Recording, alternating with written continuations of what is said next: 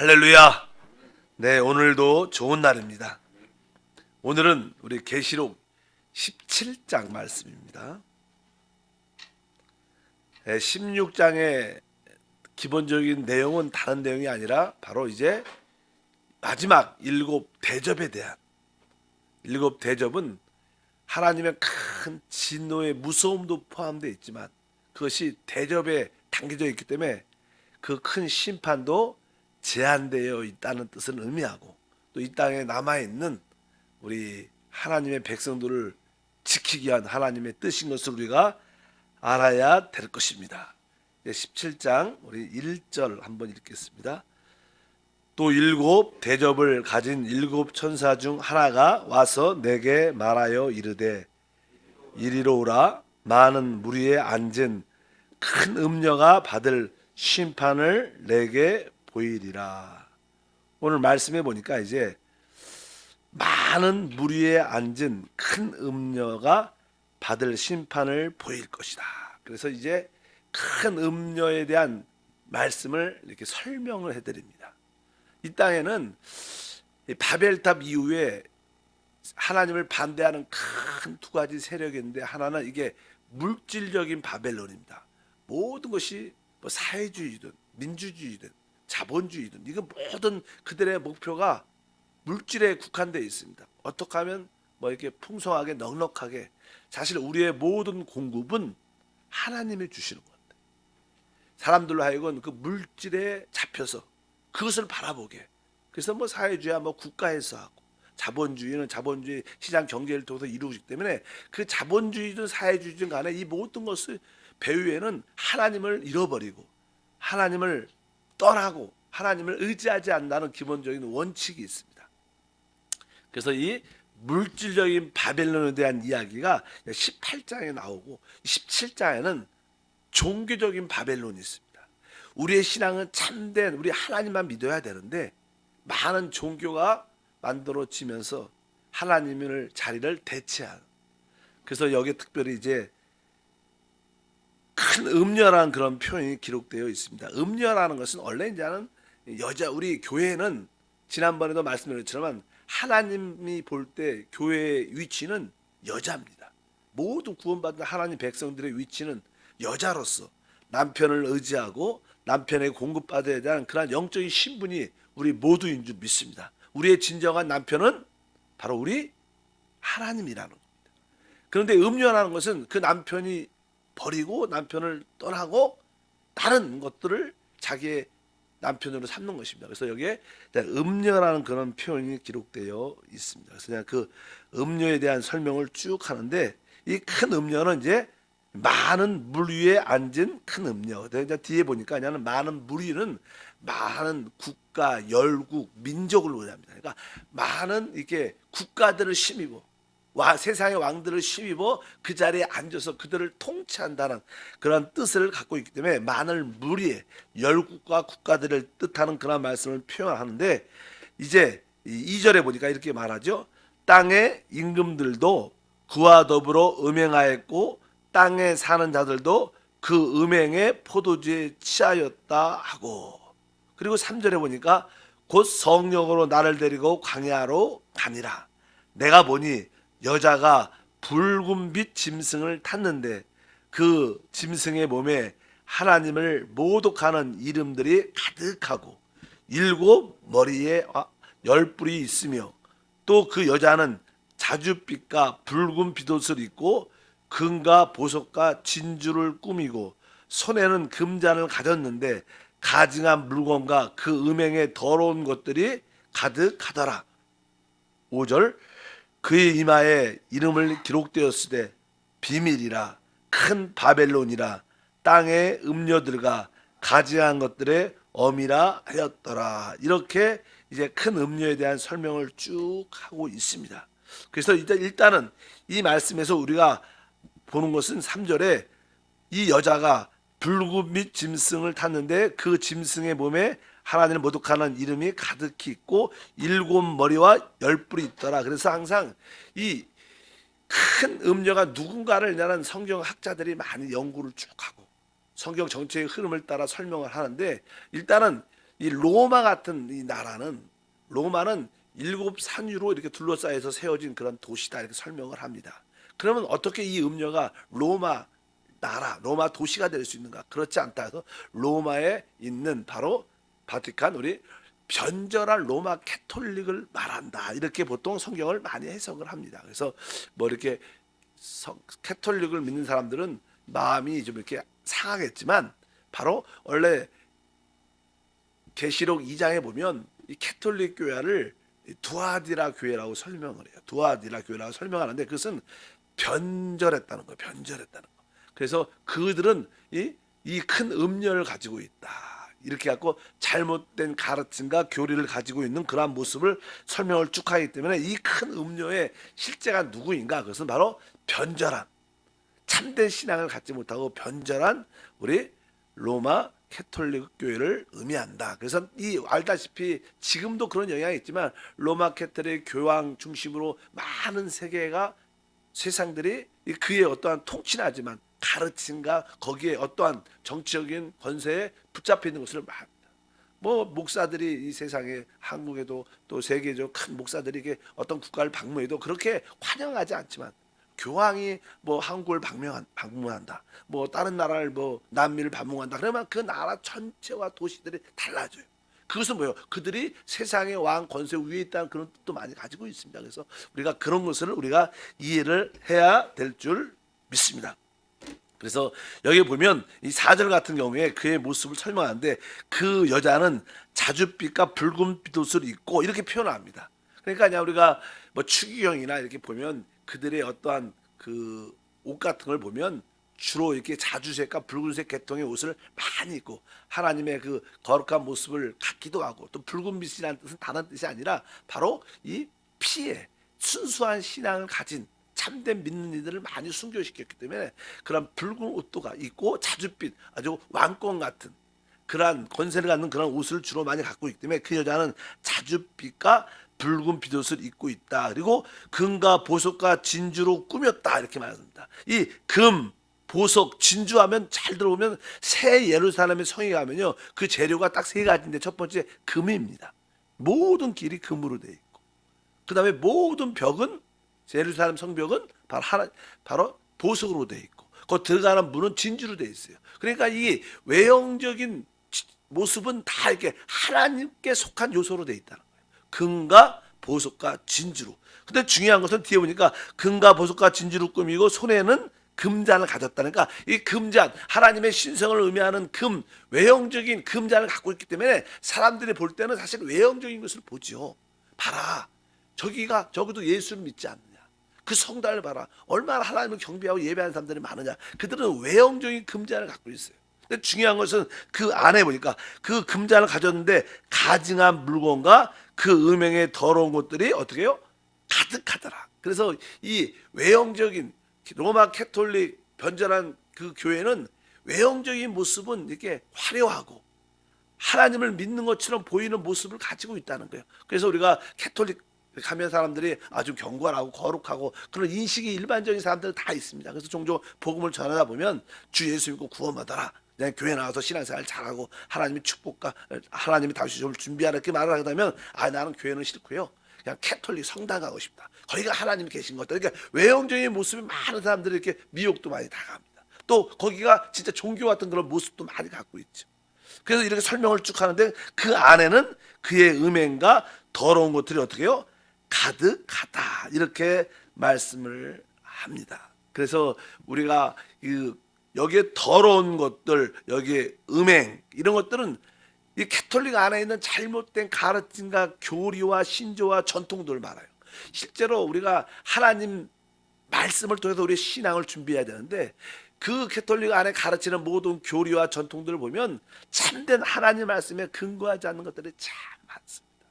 그래서 우리가 거기서 잘못된 것을 우리가 분별할 수 있는 지혜와 은혜도 함께 할 줄 믿습니다. 뭐 일방적인 이야기는 아니지만 일단은 우리 성모 마리아의 이름으로 모든 것을 기도하고 성모 마리아가 그냥 무제설이죠. 무제설도 있어요. 무제설. 성모 마리아도 하나님의 아들 예수 그리스도를 태어났다는 그 이유로 이제 그 안에서 바로 예수님처럼, 예수님이 이 땅에 죄 없이 태어났지만 이제 성모 마리아도 하나님의 아들을 낳으신 분이라 그분도 무지에서 그런 것도 있고요. 모든 기도를 마리아 이름으로 하는 그 안에 있는 얼마나 음행적인 거고 잘못된 교리입니까? 우리가 그런 것들을 또 가장 시작합니다. 지금이야 우리가 그냥 교회 안에서는 며칠 있으면 크리스마스가 오지만 이 크리스마스 같은 것도 사실 그냥 캐톨릭에서 처음으로 시작해서 우리한테 이렇게 내려온 거죠.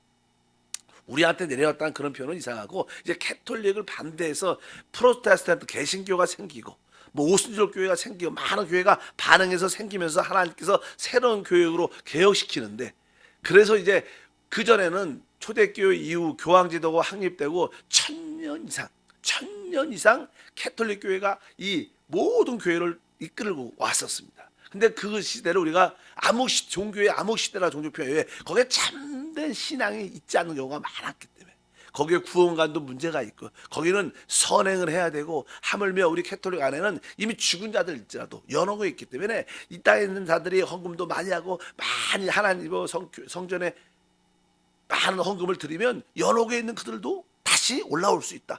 아주 헌금을 강요하기 위해서 또 그런 예배당을 짓기 위해서 많은 잘못된 것들이 그 안에 얼마나 많은지. 실제로 그냥 콘스탄틴 황제가 로마 제국 때 꿈을 꿔서 십자가에 벌고 이가 우리 로마가 이 세계를 통치하려면 전쟁을 승리하려면 그 십자가를 붙잡아야 된다. 이런 이제 환상 같은 걸 보고 나서 자기가 결국 이 로마 전체를 기독교 국가로 받아들입니다. 그러니까 참된 교회라는 것은 바로 주 예수를 믿고 거듭난 자들만 모이는 것이. 그러나 이제 태어나면 다 기독교인이 되는 거예요. 뭐 거듭이 났든 믿음이 있든 일단 우리나라는 기독교 국가다. 무조건 참된 신앙과 가라지가 진짜 밀과 가라지들이 섞여 있게 됩니다. 그런데 그 이방인들 믿지 않는 사람들은 생각을 하죠. 그 당시 그들은 다 이방인의 종교를 많이 믿고 있었는데 교회를 다 믿어야 된다고 황제가 말을 하니까 그들 왜 또 교회를 오면요 교회에서 많은 자들에게 뭐 모포도 주고 선물도 많이 줬어요. 일단은 이 우리나라를 기독교 국가로 만들어야겠다. 그것은 자기 어떤 전쟁의 승리, 제국의 확장을 위해서 기독교 국가로 이렇게 만들어냈는데 그 내용 중에 쭉 보게 되면 그런 내용이 많습니다. 그러니까 이방인들도 그냥 교회 안에 많이 들어오니까 이방인들에게는 한 큰 축제가 있는데 그것이 태양신을 섬기는 그런 우상을 갖고 있었어요. 근데 교회를 왔는데도 그런 것이 별로 없으니까 태양신의 생일이 보통 그냥 우리가 그냥 냉철하게 말하면 12월 25일이라고 이방인들이 갖고 있는 거예요. 그래서 어쩌냐 우리 예수님도 12월 25일 날 태어났다고 바로 성탄절을 만들어서 많은 사람들이 믿지 않는 사람들 이방인들도 같이 그 교회 안에 들어와서 같이 섞일 수 있도록 그런 분위기를 위해서 크리스마스의 날짜는 정확하지 않죠. 그 근거를 보면 바로 태양신을 중심으로 이방인들을 교회 안으로 기독교를 만들어내기 위한 그런 하나의 잘못된 여기 말하면 가증한 것들이 하나다 이렇게 얘기도 많이 하죠. 지금이야 또 요즘에는 아예 크리스마스도 이제 예수가 없는 하나의 그냥 축제고 세상의 어떤 쉬는 날이고 이런 모습으로 다 이렇게 변모됐지만 일단 이러한 모든 것들의 가르침들이 아주 가증한 것들이고 음행하는 것들이란 그런 표현을 여기에 강하게 말씀을 합니다. 결국 나중에는 이제 적 그리스도가 자기가 하나님이 되니까 많은 사람들이 이 거저한 캐톨릭의 교양을 따르고 그 성당을 따르니까 거기에 반응해서 이제 이 로마 적 그리스도가 이 캐톨릭을 완전히 멸망을 시킵니다. 그래서 뒤에 보면 나는 16절에 그런 표현이 기록되어 있어. 16절에 내가 본 바 이 열불과 짐승은 음녀를 미워하게 하여 망하게 하고 이 나중에 이 적그리스도의 짐승이 누굴 미워요? 이 음녀를 처음에는 같이 동조하면서 같이 하나가 돼서 뭐 세상을 이끌어가는 그런 모습을 갖다가 이제 본인이 이제 하는 하나님이라고 자기가 주창하면서 이제 자꾸만 로마 캐톨릭을 이렇게 음녀를 미워하고 망하게 하고 벌거벗게 하고 그의 살을 먹고 불로 아주 살으리라. 그러면서 캐톨릭을 완전히 종교를 완전히 멸살시키죠. 그래서 세상의 모든 종교가 적그리스도에 의해서 핍박을 당하고 멸절되는 특별히 로마 캐톨릭이 완전히 끝나버리는 그런 이것은 사실 하나님이 심판하는 거지만 하나님이 직접 심판하지 않고 적그리스도에서 이 땅에 모든 하나님을 대적하는 모든 자를 심판한다 이렇게 말씀을 하죠. 그래서 그냥 5절 같은 걸 다시 해보면 그 여자의 이름이 무엇이냐 그의 이마에 이름이 기록되었으니 비밀이다. 그 다음에서 큰 뭐라 그래요? 바벨론이라 땅의 음녀들과 가증한 것들의 엄이라 하였더라. 그러면서 이 큰 음료에 대한 그 이름이 비밀스럽죠. 그 안에 잘못된 교리들, 가르침들이 얼마나 이상한 것이 많은데, 그리고 그렇게 말씀하면서, 그래서 어떤 책을 한번 읽어보면요, 그 로마 캐토릭에다 적나라하게 쓴 책을 보면요, 예를 들어서 거기에 많은 거기 성자들이 있습니다. 예를 들어서 조세피트란 그런 성자들, 우리 캐톨릭 성당에 가면 많은 이렇게 성자들을 세워놓고 초를 사갖고 들어가서 그 성자들의 이름으로 기도를 하죠. 이렇게 기도를 합니다. 특별히 나는 한국 뭐 그래도 우리 이쪽은 좀 덜하지만, 이 캐톨릭 옛날에 동방 정교회하고 이렇게 서방 정교회로 나눠지면서 동방 쪽은 좀 러시아 쪽 그쪽이 많아요. 저희가 러시아 쪽에 제가 있었으니까 그쪽에 이제는 정교회를 가보면 진짜 우상으로 가득 차고, 저도 이제 여러 가지 답사차 한두 번 가봤는데 거기 성자들의 상들이 다 방마다 있고, 들어갈 때 초를 사갖고 그 성자 앞에서 자기의 기도를 해요. 딱 들어가면 야, 이건 진짜 우상은 우상이다, 그런 것을 느낄 수밖에 없고, 참된 신앙에는 두려움 생각이 들 정도. 그러나 그들은 만연돼서 당연하고 그것이 올바른 거라고 생각하는 사람들, 또 그들이 갖고 있는 이 성모 마리아가 예수의 어린 아이를 이렇게 품고 있는 그 이콘이라고, 이콘, 그런 것들을 다 집집마다 다 놓고 그걸 향해서 늘 기도하고, 그런 모습들이 하나님 볼 때는 얼마나 음행이고 가증한 것인가. 이런 것도 우리가 분별하고 깨어있는 지혜가 함께해야 될 줄 믿습니다. 그래서 오늘 말씀에 땅의 음료들과 가증한 것들의 엄이라 하였더라, 이렇게 말씀이 쭉 기록되어 있습니다. 그래서 우리는 이 캐톨릭에 관련된, 세상 거에 관련된 그런 교리에 관련된, 캐톨릭 전통에 관련된 것들을 많이 벗어나야 돼요. 이 교회 안에도 지금 뭐 개신교나 오순절 교회 안에도 많이 그런 영향이 많이 있죠. 왜? 우리가 그쪽에서 반대해서 생긴 교회들이기 때문에 그 영향력이 많습니다. 사실 교회는 계급 제도가 아니야. 거기는 캐톨릭의 하나의 안 좋은 것은 계급 제도가 있습니다. 뭐 신부가 있고, 뭐 우리 주교가 있고, 추기경이 있고, 뭐 그다음에 결절 따서 결국 교황이 되고, 아주 계급 제도가 엄격한데 우리 교회 안에는 다 사실 형제예요. 성도인 줄 믿습니다. 다만 목사가 있다는 것은 성도들을 잘 말씀으로 양육하고 보호하고 인도하기 위한 어떤 기능적인 직분이지, 목사가 높고 전도사가 높고 장로, 이런 개념이 아닌 것을 우리가 기억을 해야 된다. 그리고 우리 모두가 다 제사인 줄 믿습니다. 그런 거에 인식을 갖지 않다면 자꾸만 교회 안에 어떤 계급제도 같은 것을 올라와서 어떤 직분을 받게 되면 이제 내가 무엇이 됐다고 생각하는 그런 잘못된 것들이 다 이 캐톨릭 영향을 오는 것이 많이 있는 걸 알고, 우리는 거기에 관련되지 않는 믿음의 삶을 살아야 될 줄 믿습니다. 그래서 아까 말씀한 땅에 가증한 것들이 많이 있다. 또 그런 내용들이 쭉 기록되어 있고, 뭐 광야에 그 여자의 모습을 해서 우리가 볼 수 있다. 그래서 이 땅의 임금들과 많은 음행을 시키는 이 큰 음녀 바벨론, 종교적인 바벨론이 결국 요즘에도 이제 종교 통합을 위해서 많은 사람들이, 그러나 종교 통합이 뭐 불교나 다른 종교들은 같이 하자, 막 그렇게 생각을 많이 하지만 우리 참된 신앙을 믿는 사람들은 종교 통합이라는 게 있을 수가 있지 않아요. 왜? 우리의 하나님은 유일하신 분입니다.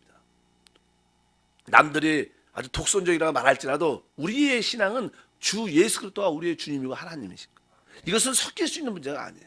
그러나 마지막 때는 종교 통합을 이끌어갈 것이고, 또 많은 종교들이 거기에 같이 가세할 것입니다. 그리고 그 머리에 이 큰 음녀가 제일 높은 자리에 있을 거예요.